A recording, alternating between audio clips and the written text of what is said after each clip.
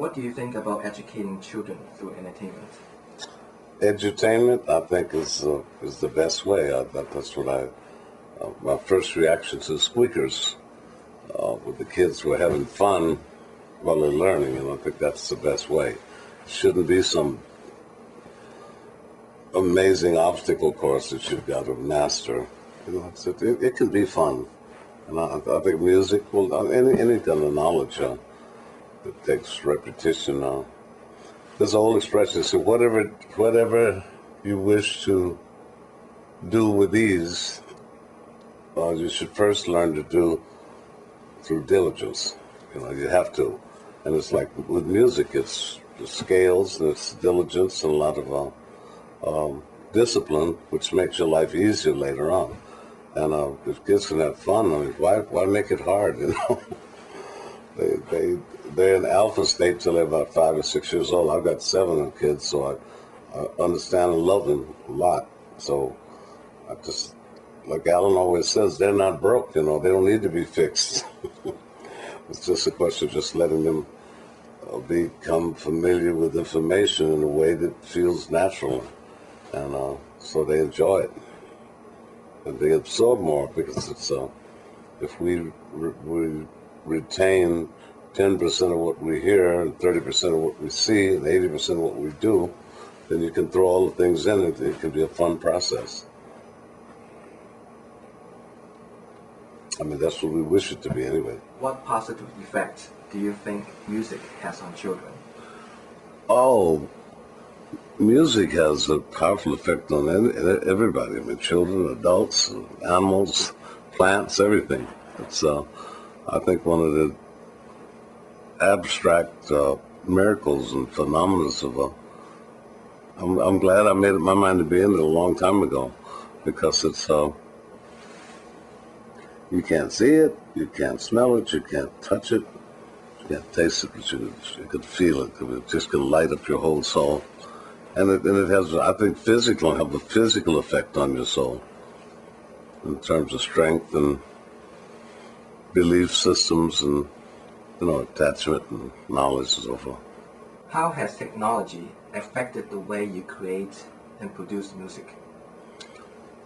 Well, technology's had an amazing effect on my life. I was fortunate or unfortunate enough to run into, I guess, at the age of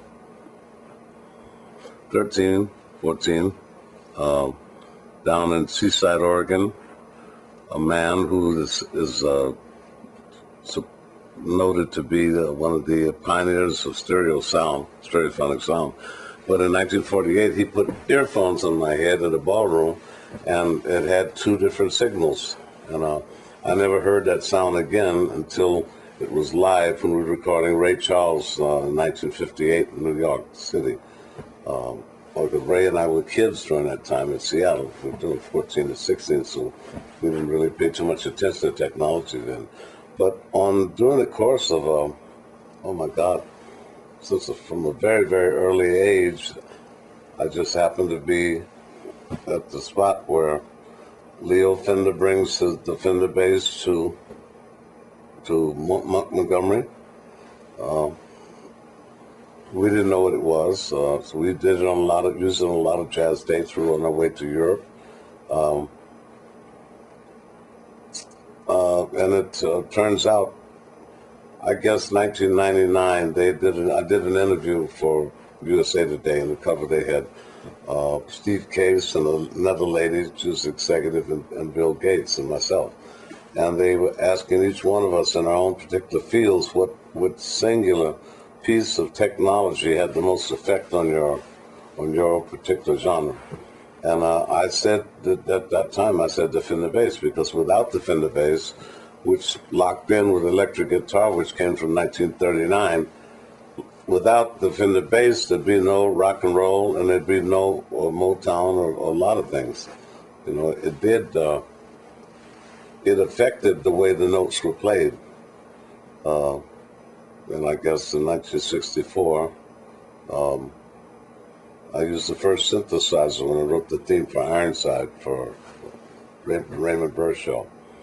And, just from the very beginning, it's been We started with 78 mono discs, and we've gone through the whole cycle all the way through digital DATs and binary numbers, with zeros and ones that have just been phenomenal. And I know we're getting ready to change from silicon now to microchips and nanotechnology, and the beat goes on. It doesn't stop. And I love it. I love the idea of it because it's, if it can be translated to, I'll bet back in the day when Bach was alive that he wishes that he could have run into synthesizers.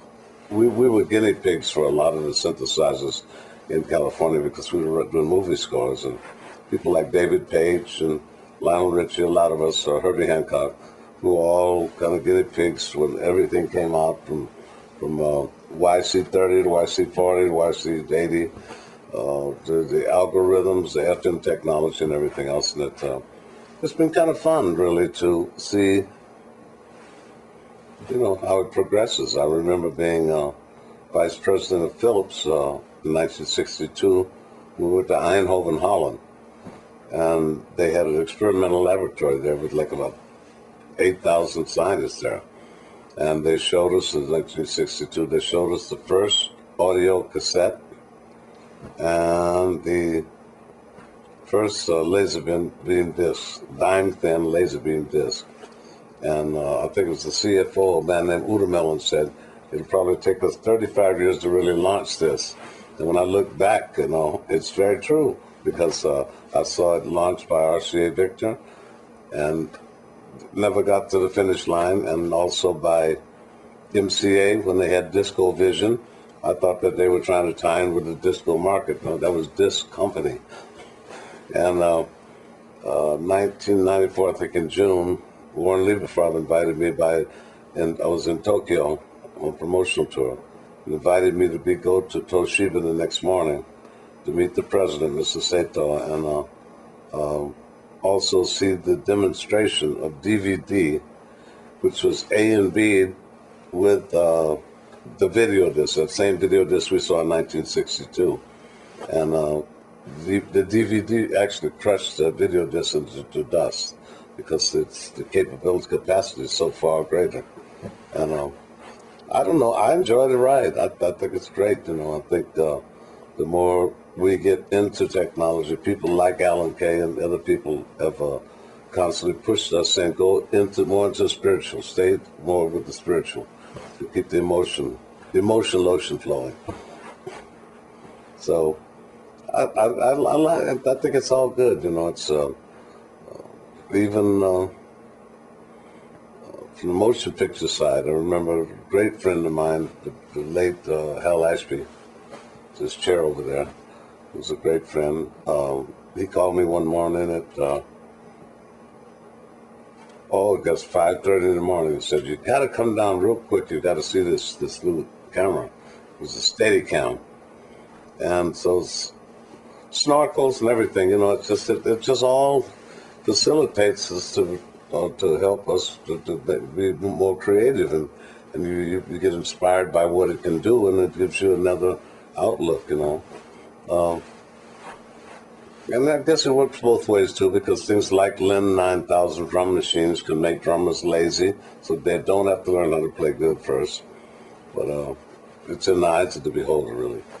What do you think about digital music distribution over the internet as a new business model?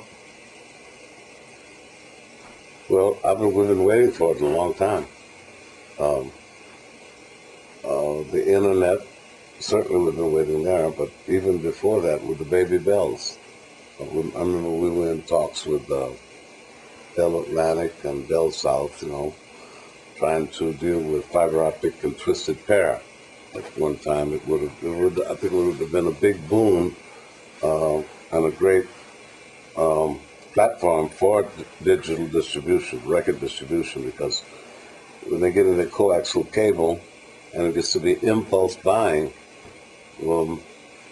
it's so easy to have a database on people's likes and dislikes with music. I think it would have been very good for the music business, if we grow it up. But it'll get there anyway. Sean Fanning is a very good friend of mine. He's We've been hanging out lately, and he, at 18 years old, he made it clear to everybody else there's a different direction going on with Napster. And now he's on the other side. He's doing some things called acoustic fingerprint, so forth. And he's experimenting with a lot of wonderful things.